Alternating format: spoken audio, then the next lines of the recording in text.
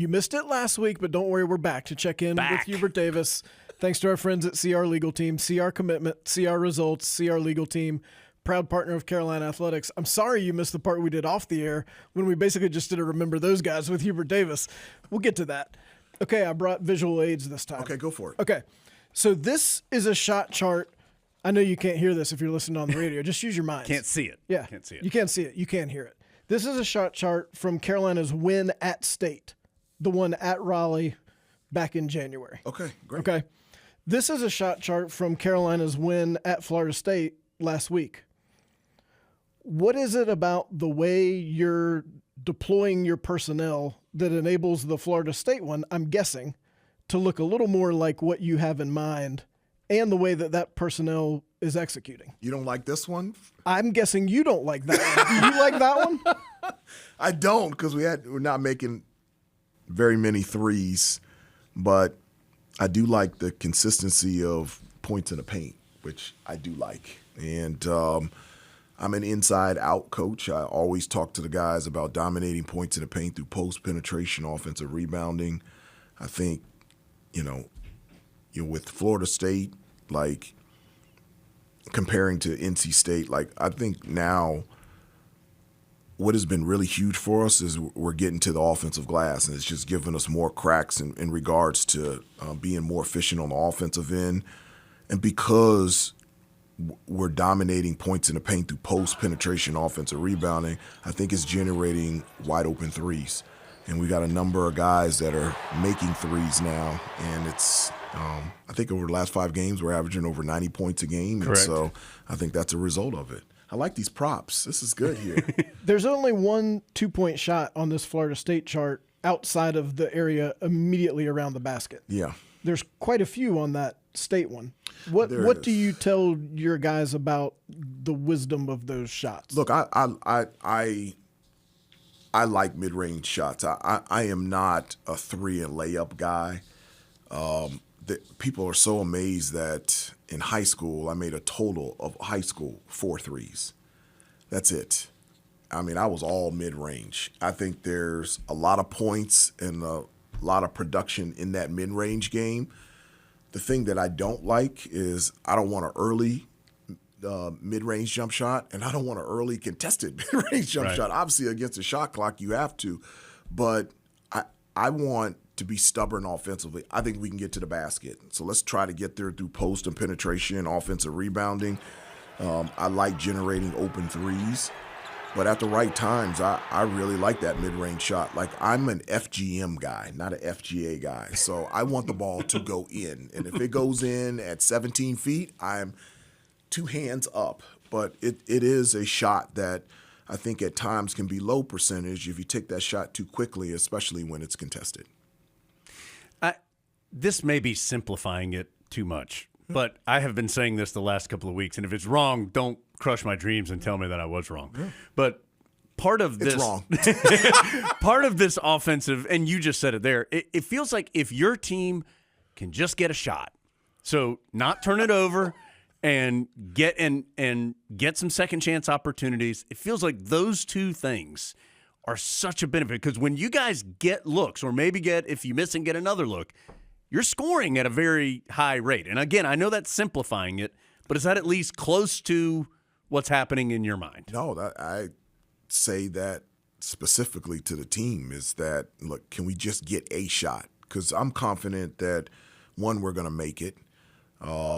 2, if we don't make it, if you take good shots, you're in position to get the offensive rebound. And I believe if you generate good shots, that puts you in a position to get fouled and get to the free throw line, which not only obviously helps us out offensively, but it helps us defensively too, to have defensive balance. And so you're right. When we're taking care of the basketball and we're getting shots, this team, it really puts us in a good position to score and score really well. I heard you on your radio show Monday night talk about how it's not bad to have size, and size helps on the glass.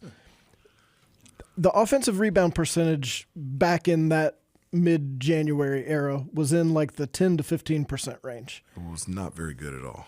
it's currently these last 5 games in more like the 40% range. That's awesome. I don't think you can account for that with just the Tar Heels are putting taller guys on the court. How is that accounted for? That's a huge difference. It is a huge difference.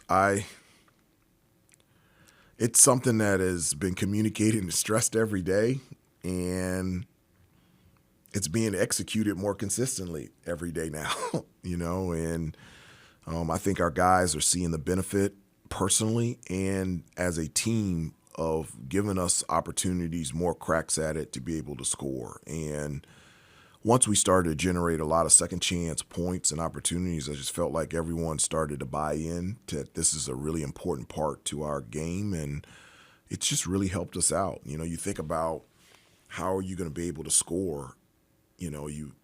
One, you got to get to the free throw line. 2, steal it, and that's something that moving forward, we've got to get better at in terms of creating steals to get more opportunities to get into the open court. But the only other way is to get offensive rebounds. And I just think with athletic guys like Drake and Jay Witt that we can really generate second chance opportunities when we do miss, and we've been doing that over the last 3 weeks.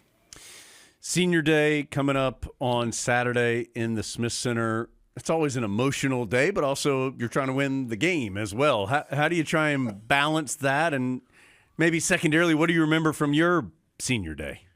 Yeah, I remember my senior day that my dad and my sister and Uncle Walt were there. I remember that we had lost 4 games prior to playing Georgia Tech, so that was the only thing on my mind because I wanted to win.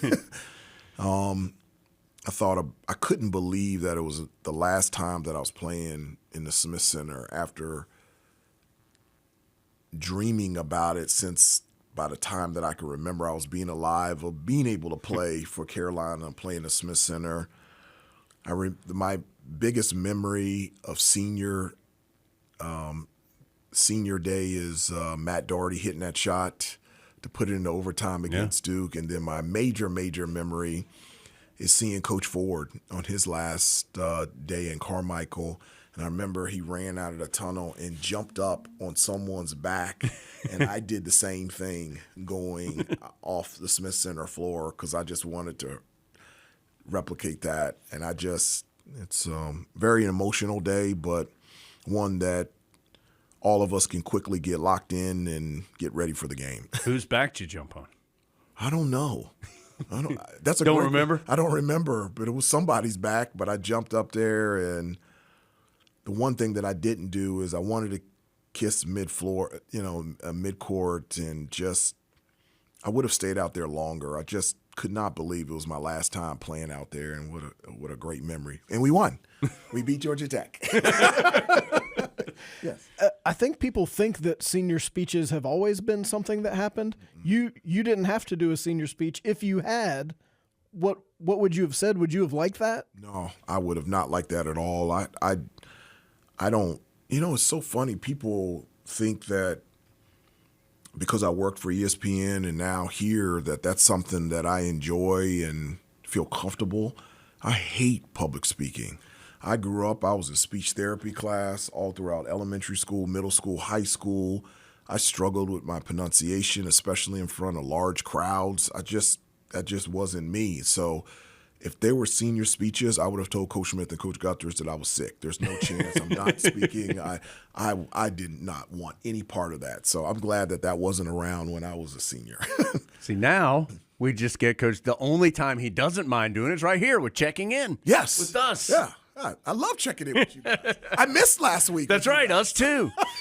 So busy couple weeks upcoming for the Tar Heels. Of course, we'll keep checking in with Coach, though, as we move You're through. Bring in more props? Yeah, maybe Adam will I'm bring going in to more. try to. I feel like these were a hit, so I got. They were a hit. Okay. Yeah. Oh, Well, I'm going to bring in a prop. I'm going to show this to the team. That's right, Look at Coach. this. Do you notice this? Coach is taking your shot chart. But for now, we'll say goodbye. Coach, great to see you. Thank you for your Great to time. see you. And we will see you next time on Checking In, presented by CR Legal Team.